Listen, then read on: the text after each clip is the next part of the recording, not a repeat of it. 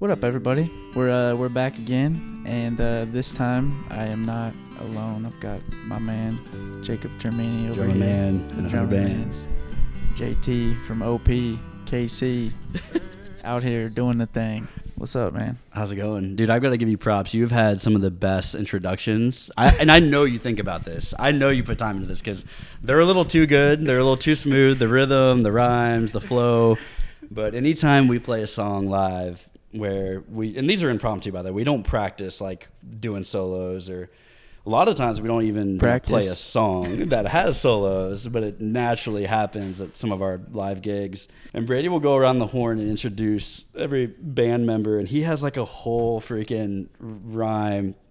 Basically, he's a rapper for a bit. He just gets into a rap. Yeah, that was actually Childer's influence. You ever seen his is less rappy? Well, maybe not. It depends how you look at it, but it's a little more Childer's style. Dude, no. you should look at it. They've done it during All Yourn, like a chill instrumental, and they'll go around the horn. Going around the horn. He'll do like introduction rhymes and different like jokes for every person in the band. I always thought that was cool. You've had some good ones for me. So when I lived in East Mesa, you would use that a lot, and I think you were the first one to come up with that. And then some of the other guys I played with started using it too. Yeah. Do you remember how that one? It's flattery. It's flattery at its finest.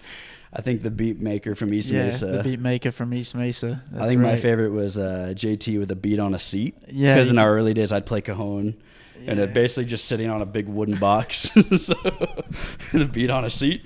The boy can keep a beat on his seat. And then I think so this time when we played recently, it was OP, because you had to get the Kansas shout out because we were in Kansas. Oh, yeah. JT from OP, Kansas, the OG. With the Drummin man in 100 bands, I'm always like, does he think I'm like mad? I was like, no, be in 101 if you want. No, it's a call out. It's definitely a call out that I'm not loyal enough to Whiskey Mountain Highway for sure. Yeah, calling him out.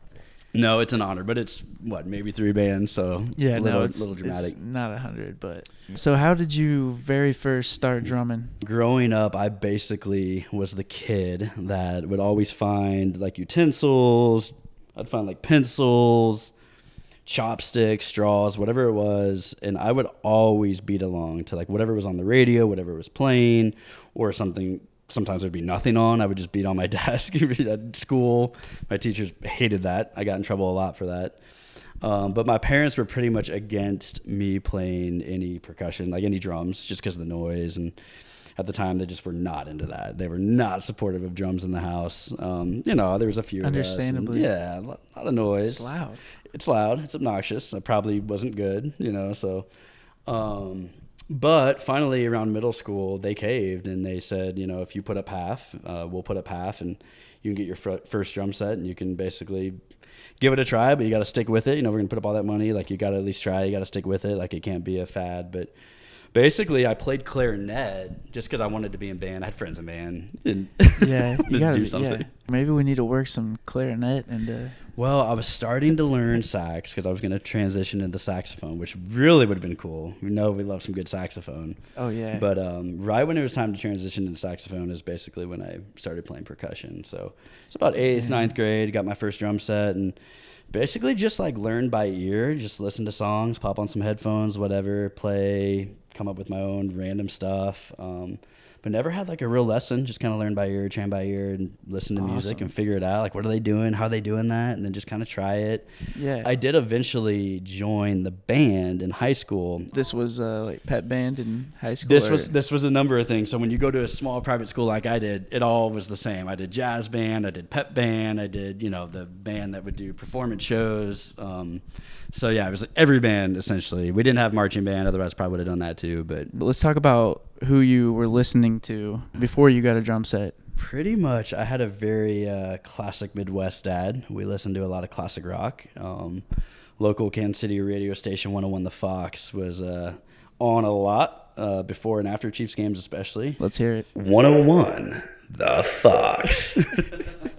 I need to introduce the band one of these times. From behind the curtain. Phantom. And I like that idea. So I liked classic rock a lot. My dad had me listening to a lot of that stuff. Some of my favorite bands were like they're very progressive rock, classic rock bands. So like Rush, Zeppelin, obviously, The Who, like all these good drummer bands, you know, Keith Moon, Bonham. I loved Peart. He was probably one of my favorites. Rest in peace. Rush is having a comeback. They're having a comeback. It's happening. Female drummer, kind of cool. Saw that the other day. Kind of cool, but that was one of my all-time favorite bands. So definitely like Pink Floyd, Foreigner, Journey, Kansas, Boston, like all these classic rock bands from the 70s and 80s were probably my biggest influences when it comes to percussion. And like even still, like when I play or write or when we're playing live, we kind of go off script, like you'll hear certain things I do that definitely you'll hear like, wait a second, that's very classic rock. You know, even when I'm playing like country or some of the even older country that we'll play in some of these bands, like you'll hear me go off cuff and play very classic rock sort of drums. So that's awesome. And yeah, I never put it together. And that's, I mean, you and Mike kind of gel, and he's got the classic rock influence, so that definitely checks out. No doubt. As a drummer, sometimes you can really like lead where a song goes. Like I'll just randomly like go into halftime or just start building to something big, then the guitars look back and like, oh, this is what we're doing. Okay, let's do it. I love it. Yeah. So like, I never know what we're doing anyway. So you're the last I to dig know. it. Whatever you want to do. How about now? Is it same influences? Yeah, now? I mean, like through the 90s and early 2000s, obviously, like a lot of those alternative rock bands were influential as well. And they still love a lot of that stuff. The stuff from the 70s and 80s, the Green Days, the Blink-182s, the Nirvanas, like the stuff in late 90s, early 2000s. But yeah, I still love alternative rock, still love classic rock. Listen to a lot more country now. Country's something that's grown on me a ton. Like I always hated country because my mom hated country. My dad even hated country. Like growing up, like we did not have country on. But do they like it now? So I went to K-State. And like at K-State, like country was big. Like it was always on football games, like Saturdays and Aggieville, man. Yeah, Aggieville. And Aggieville. like it grew on me a ton, like a lot in college, just because you know it's like everyone's listening to it, and then you're like, okay, this is kind of good. Yeah. This is catchy. I like There's some this. good stuff. There's something good. A little something for everybody. There is. I mean, there's some classic rock in there. There's some hip hop in there. Like there's a lot of subgenres like within country. So yeah, now I love country. And then when I moved to Arizona, you know, 8.5 years ago, it also was very big here. And like in our circle, just in like the valley in general, like country's huge. And so it grew even more. So now I love country, play a lot of country, write a lot of country. So that's definitely another big influence. Yeah. And that's thanks to you a lot, for sure. When I first brought like a Hank Williams Sr. song to band practice, I probably like, hated what it. is this? Those are grown on me too. Like you learn to appreciate like even those older genres.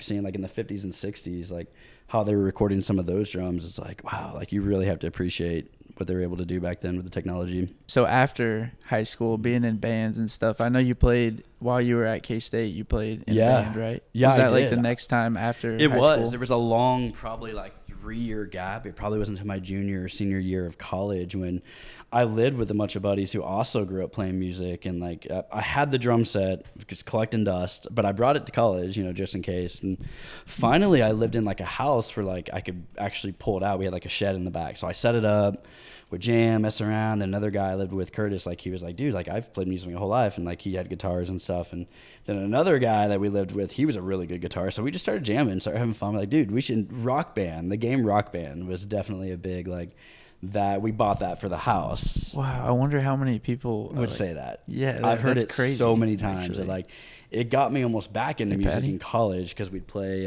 Rock Band like as a house. You know, we all lived together, and then we decided like let's just do a show. Like let's practice for a couple months. Let's put on like a big cover show. No originals, just all covers and a lot of rock, classic rock, alternative.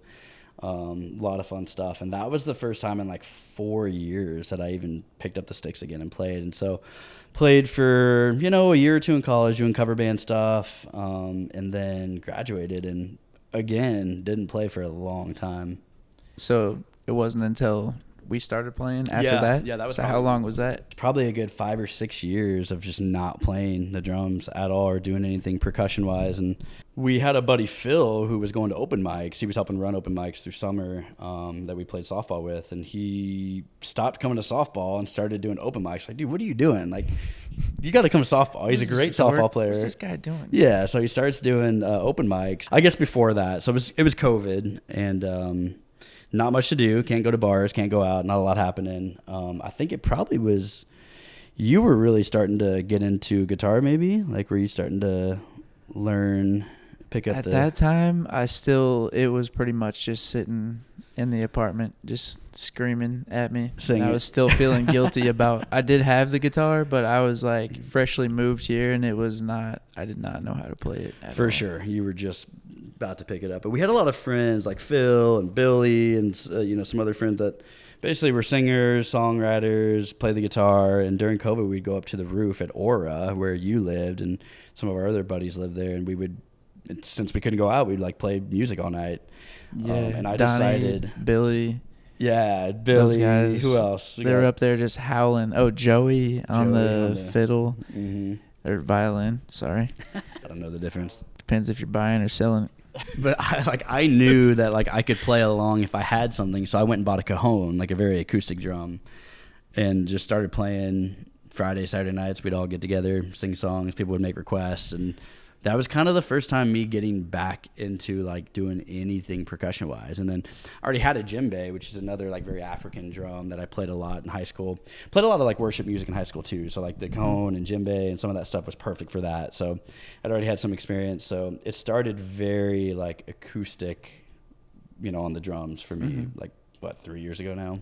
Yeah, for sure. When we first started playing as a duo, and then before that on the rooftop, there is something about that rooftop that I guess it's just that being up high in the open air, just howling into the wind over the Tempe Town Lake. We should do like a live. Dude, that's a good idea. We should film something or do like a show or some sort of thing up there. So the first time we ever played outside the living room was I had seen that Phil stopped playing softball and was going to open mics, and I just asked him, it's like, hey, can I come watch you one of these times?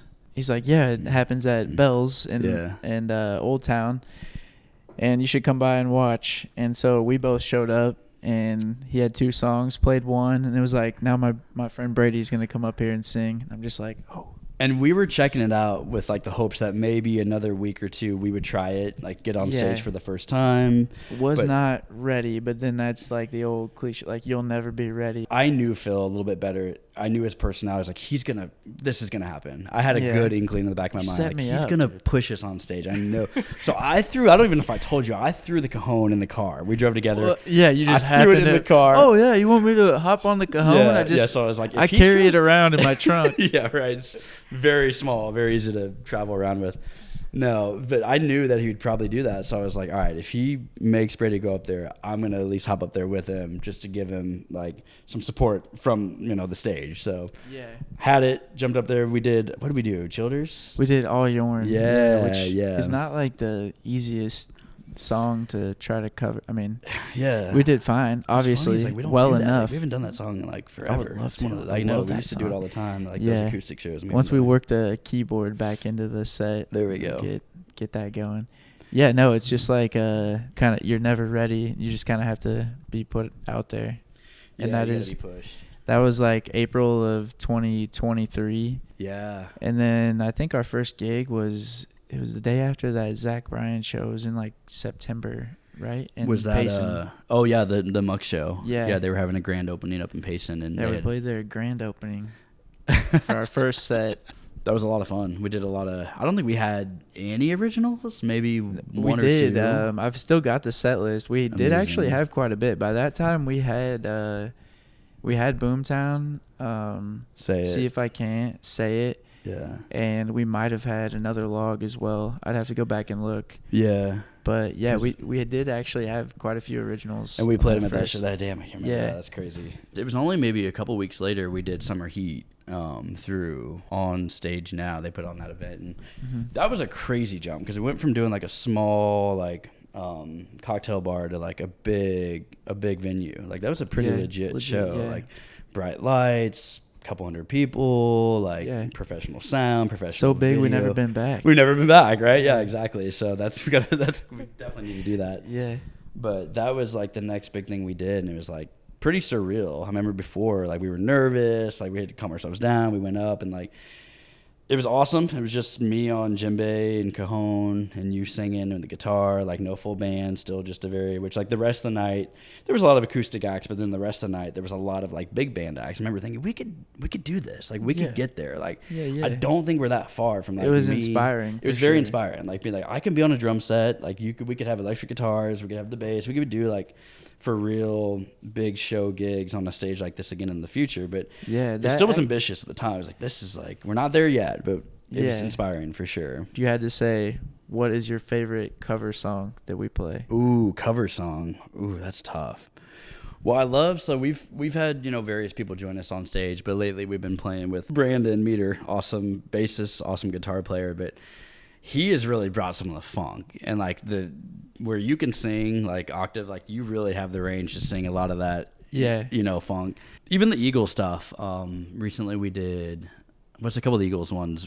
I can't tell you why. That was a lot of fun. Nights, we done one of these nights was a lot of fun. But I mean, the obvious answer is the song that everyone loves hearing us play.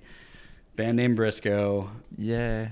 Shout out Briscoe. They're here in Phoenix soon. Yeah. So Hooped Earrings. Hooped Earrings is the song, and that's one that we kind of made it our own too. It's been a lot of fun. Like that's morphed a lot. And when Brandon joined, get back to that, like there's the middle breakdown section that Brandon's like, can we like really funkify this and like make it a lot longer? And so we go into, what song do we go into?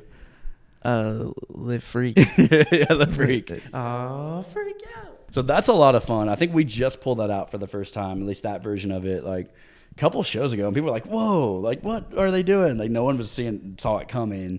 But it's like a really fun disco beat on the drums, which like all the other bands I play in, like I'm not really able to do like the funky drum stuff. So that's a lot of fun. The classic rock we do, the Eagle stuff, that's a lot of fun. I mean, I love playing the originals, to be honest, like because it's like you take pride in them. Like you helped think of them, you helped write them, even the drum parts. It's like, and nobody can tell you you're playing. No one can tell you you're wrong. Yeah, so that's a plus. So what's your favorite original to play? I would say definitely Boomtown, just because like it's probably the most unique on the drums. Like it starts with that very snare drum pattern. It just goes a lot of different places on the drums, like open hi-hat, then it's got a driving beat, then it's got like a nice ride beat, but that snare drum, like that whole thing's a lot of fun to play, and the crowd always loves it. There's very unique parts of that song. That one, I would say lately, Friends is a lot of fun, super funky, super choppy on the drums. I like playing that one a lot. Yeah, it feels like that's where the songwriting is heading. We haven't introduced a lot of new songs recently because we've just been kind of grinding these 7 or 8 that we have, originals. Yeah. But it feels like that's kind of more in the lane of where things are heading, honestly. Yeah. I would say overall, I Don't Dance is my favorite just because, I don't know, it's the one I find myself singing the most. It's the one I find myself like, you have that very aesthetic, like emotional connection to a song. That's the one for whatever reason that, like we've recorded, we haven't released it, but like we have the recording, so like I listen to it, and that's the one that like, I don't know, for some reason it's super fun. It gets my head bopping. Like I'm always singing it around the house. It's so catchy, so I'm really excited to release that one. When's the first time that I played that one for you, or when's the first time you heard that one? Was it in Nashville? Yeah, it might have been. Yeah, it was Adam's bachelor party, I think. 'Cause that's when I showed a group of people. Shout out to that whole bachelor crew. I actually remember one night. Real. So one of those nights in Nashville, I was in bed because I had drinks and was tired and was jet lagged. I think it was one of the first nights, and you were up late, but I was in bed and I could hear you pick up the guitar and playing. And I think that might have been the first time I heard that. I was actually in bed, and all these dudes were like, dude, like you're on to something here. Like don't quit. Like do not stop doing this. Like no matter where this goes, no matter what this becomes, like. And they saw the joy like that you had, even just like on a late, night in Nashville. Like they saw the passion and the joy, and they saw the vision. Like they could hear how catchy some of those songs were. And I remember hearing them like encourage you from my bunk bed, 2 stories away. What do you like most about playing in Whiskey Mountain Highway? What should people know about us as a band? I just like what we were just talking about. We can incorporate like a lot of different genres all like within one band. Like we have songs that sound super country.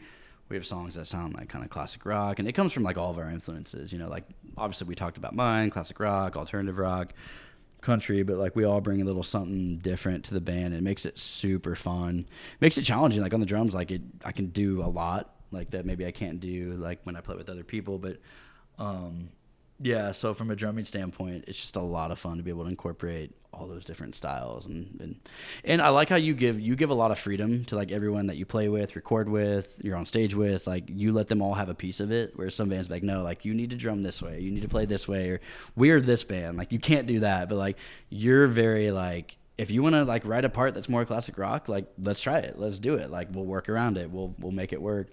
So that's really cool, because like a lot of egos get in the way with like lead singers or frontmen, where they're like, no, we are old country, I want you to do country swing and don't like deviate from that. And so to have that freedom and flexibility in Whiskey Mountain Highway is like awesome, and you give a lot of that freedom to like people that you play with. Man, we just have a blast. I know that for a fact.